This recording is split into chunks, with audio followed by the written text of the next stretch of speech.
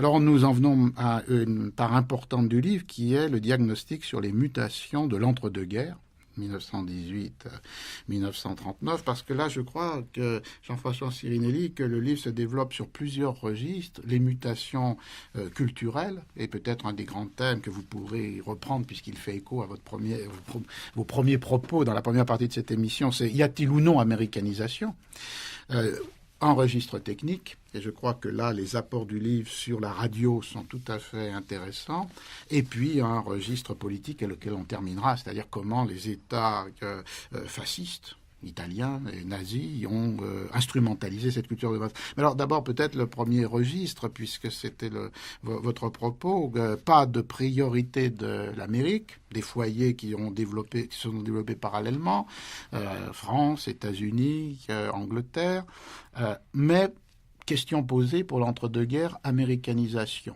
Et qui était un diagnostic qui commençait avec « la presse est américanisée », c'est-à-dire qu'elle ne s'intéresse qu'au scandale et qu'elle ne transporte que de fausses nouvelles. Effectivement, on le disait tout à l'heure, la naissance n'est pas américaine, mais elle est notamment américaine. Donc à partir de là, il y a des métabolismes qui font qu'à un moment donné, l'échange, l'imprégnation, l'acculturation peut se poser. Il y a quelques années, Dominique Khalifa avait attiré notre attention en disant il faut désaméricaniser l'histoire de la culture de masse. Je souscris tout à fait à cette idée, c'est-à-dire que pour la phase de la gestation, de la naissance, du développement, il ne faut pas centrer l'analyse dessus. En revanche, ce qui est vrai, et vous le disiez à l'instant, c'est que pour l'entre-deux-guerres, et dans le cas de l'américanisation, plutôt on va dire les années 30, on commence à observer un certain nombre d'influences de plus en plus prégnantes, mais qui s'exercent par de nouveaux supports. C'est-à-dire que d'une part, vous le disiez à l'instant, l'imprimé, sous la forme de l'imprimé périodique, du journal, subit incontestablement son influence, mais cet imprimé en France, il a aussi sa propre histoire, et on peut dire que cette influence est réelle, mais qu'elle ne bouleverse pas, en tout cas à cette époque, si vous voulez, les formes de l'imprimé, mais il y a d'autres supports, et on voit, c'est le moment, la montée en puissance de l'image et du son, en d'autres termes, du cinéma et de la radio. Et vous aviez raison d'évoquer d'emblée la radio. On est en face d'un nouveau support, enfin, il n'est pas totalement nouveau à cette époque, mais là, on pourra en parler si vous le souhaitez, il y a un changement d'échelle, mais qui est considérable et qui est brutal. Je parlais tout à l'heure de lenteur des métabolismes culturels. Là, pour vous donner un exemple concret, à la fin des années 20 en France, il y a 500 000 postes de radio. Pour un nombre de foyers qui n'a pas tellement changé, on parlait tout à l'heure de 16 millions, ils sont 16 ou 17 à la même époque. C'est rien, 500 000. En revanche, à peine 8 ans plus tard, en 1938, un recensement nous donne 5 millions. C'est-à-dire que le nombre de postes de radio a décuplé et qu'une partie des foyers français, à cette époque, reçoit la radio. Vous savez, Alain Corbin a parlé des cultures sensibles. Eh bien, on a une révolution à cette époque des cultures sensibles par la radio. Alors peut-être on va s'attacher à ce point, puisque dans le livre, finalement, l'attention est portée sur la radio. Le cinéma est omniprésent, mais c'est un sujet immense en lui-même qui pourrait évidemment donner lieu à des analyses qui déborderaient le projet même, qui est celui-ci. Un mot tout de même sur le journal, parce qu'effectivement, c'est sur le journal que l'idée qu'il y avait une disqualification par l'américanisation s'est développée, et que le journal avait perdu sa crédibilité, et que les journalistes avaient perdu leur dignité. Alors qu'est-ce qui change dans les journaux dans l'entre-deux-guerres? Est-ce qu'il y a des nouveaux genres journalistiques qui arrivent des États-Unis? Et est-ce qu'aux frontières du journal, on ne trouverait pas aussi des circulations de nouveaux objets, finalement, magazines Il y a plusieurs choses qui changent, mais on ne peut pas dire que l'américanisation se fasse véritablement à ce moment-là, au sens où c'est vraiment à la fin des années 30 que l'imitation d'un certain nombre de magazines américains va apparaître et elle se développera après la Deuxième Guerre mondiale. En revanche, il y a un secteur dont nous n'avons pas encore parlé, c'est la bande dessinée, où là, très nettement, l'influence des États-Unis d'Amérique est évidente, puisque en 1934, le journal de Mickey arrive sur le continent européen, en France et dans un certain nombre d'autres pays. Et jusqu'en 1939-1940, il va être un des imprimés les plus recherchés par la jeunesse. C'est en réaction contre Mickey que certains secteurs de l'Église catholique vont essayer de produire une bonne presse pour lutter contre la mauvaise presse. Et on ne comprend rien à Tintin et à Hergé en Belgique, sans précisément cette intervention de l'Église catholique, le XXe siècle de Bruxelles, dans lequel les aventures de Tintin paraissent à partir des années 1929-1930, c'est un journal catholique, un journal conservateur, un journal même qui va être assez proche de la collaboration avec l'Allemagne en 1940. Là, on observe des changements. Continuons un petit peu, la presse féminine, où là aussi, incontestablement, l'influence des États-Unis se devine dans l'apparition d'un certain nombre de titres. Et on pourrait multiplier ainsi. Comme Jean-François Sirinelli l'a rappelé, il n'y a pas, en quelque sorte, antériorité de la culture de masse américaine au XIXe siècle, mais sans aucun doute, après la Première Guerre mondiale, la place des États-Unis dans tous les secteurs est beaucoup plus importante. Au fond, on pourrait dire, toujours en essayant de prendre un petit peu des dates butoirs, que l'intervention des troupes américaines à partir du printemps ou même la fin de l'hiver en 1917, elle marque effectivement un changement considérable, mais qui va se mesurer sur plusieurs décennies. Dominique Khalif. Oui, le terme américanisation, c'est la grande idée des années 1880. Mais en réalité, les choses sont beaucoup plus complexes. On évoquait tout à l'heure l'influence anglaise est déterminante. La presse magazine qui émerge à la fin de la Restauration, au début de la monarchie de Juillet, est totalement influencée par le Penny Magazine anglais qui date effectivement de la fin des années 20. Le reportage dans lequel on veut voir effectivement une de ces originalités de l'américanisation. En fait, c'est une réalité franco-anglaise, franco-britannique, qui est mise en place par les grands quotidiens européens autour de la guerre de Crimée. Alors, ce qui est vrai, effectivement, Jean-Yves Mollet le rappelait, c'est que dans les années 30, où ce phénomène est déjà extrêmement ancien, on voit l'importation directe et presque sans adaptation de magazines venus des États-Unis. C'est par exemple le cas du fameux journal de Mickey qui est là en 1934, une vraie innovation. Mais cette thématique de l'américanisation est en fait une certaine manière de camoufler d'une certaine manière des évolutions et des circulations multiples qui taraudent le marché de l'imprimé depuis le milieu du 19e siècle. En revanche, la radio, oui, là vous aviez raison, c'est tout à fait fondamental parce que les temporalités sont tout à fait différentes. La radio, c'est un média de flux, c'est permanent, ça ne s'arrête jamais, il est là et on doit faire avec.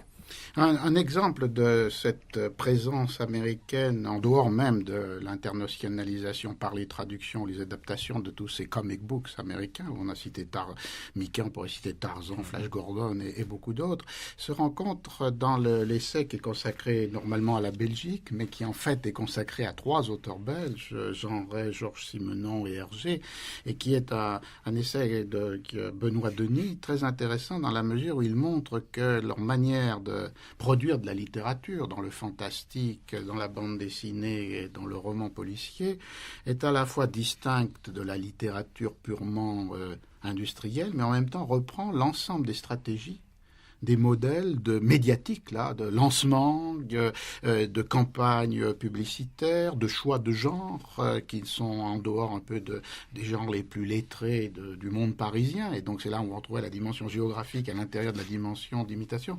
Je pense que c'est un très bon exemple de cette hybridation qu'on évoquait tout à l'heure. Oui, absolument. Et de la nécessité industrielle de formater des produits destinés à marcher. Parce que l'article montre bien que finalement, dans le cas de la bande dessinée, et dans le cas du fantastique, ces 2 auteurs vont finalement aller se lever dans ce qu'il appelle des niches éditoriales qui échappaient à l'emprise du centre parisien, très important effectivement sur le marché de l'édition en Belgique francophone en tout cas. Mais alors revenons à la radio, c'est tout à fait normal ce matin, bien sûr. Vous avez rappelé un chiffre, on en a un autre dans l'essai sur la radio. 75% des foyers américains en 1936 disposent d'un poste récepteur. Alors pourquoi c'est si important, Jean-François Sirinelli, la radio ? Alors effectivement, votre question peut paraître à nos auditeurs tout à fait, permettez l'expression banale, au sens que pour eux c'est un geste banal que de nous écouter, et un acte banal, mais c'est considérable. C'est-à-dire que dans l'histoire du monde, désormais, du moins pour les sociétés que nous avons étudiées, le son est porté à domicile. C'est une révolution. J'évoquais tout à l'heure les cultures sensibles, c'est-à-dire ceux qui, par nos différents sens, nous relient au monde qui nous entoure. En ce qui concerne l'ouïe, nous sommes désormais, les travaux et les jours seront rythmés en France par ce son porté à domicile. Donc, si vous voulez, aussi bien sur le plan proprement culturel que sur le plan politique, par exemple, les grandes crises internationales seront perçues à travers les vociférations d'Hitler, elles-mêmes transmises Jusque-là, c'était l'imprimé. L'imprimé ne vous transmet pas ce type, si vous voulez, de sensation.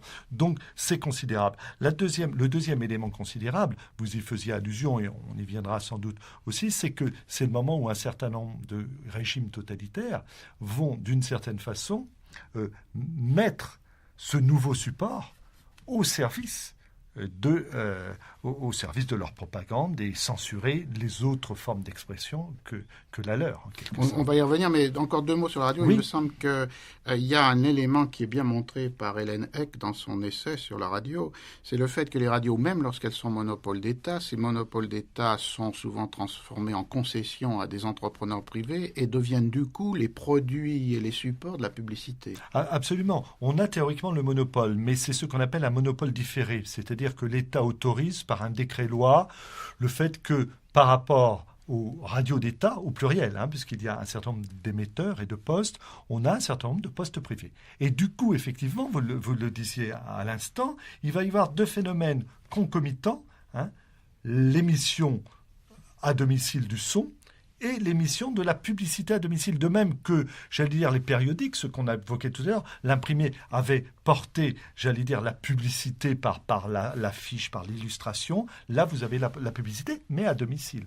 Donc, on est en face d'un phénomène, là encore, massif. Tout à fait. Et si l'on veut illustrer cette importance de la radio en régime de culture de masse par une sorte de contre-exemple admirablement développé par Charlie Chaplin, c'est le film Le Dictateur, où précisément on voit le dictateur, qui est évidemment le double d'Adolf Hitler, tenir des propos vengeurs et venimeux à la radio, car on voit la radio dans le film.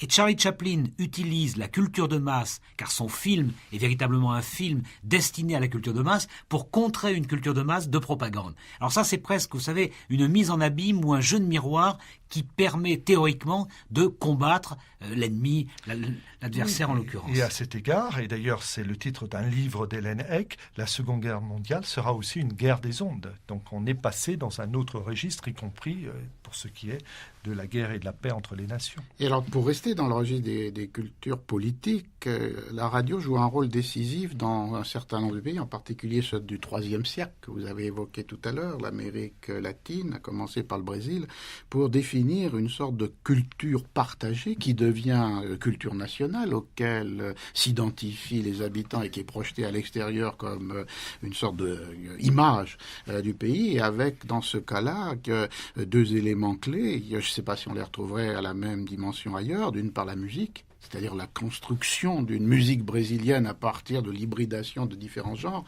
et d'autre part, le sport. Oui, l'oralité, qui tout à l'heure était frein, reprend ses droits. On saute une étape. Et le règne de la radio fait que là, dans ce domaine, les différentes zones sont beaucoup moins différentes que tout à l'heure où l'imprimé jouait un rôle différentiel. Absolument. Et du coup, comme on est là vraiment dans un phénomène massif, y compris au Brésil, on a un certain nombre de constructions, de stéréotypes, de constitution d'une culture nationale qui sont véhiculées par les ondes, par la radio. Incontestablement, oui, et c'est bien montré par Denis Rolland.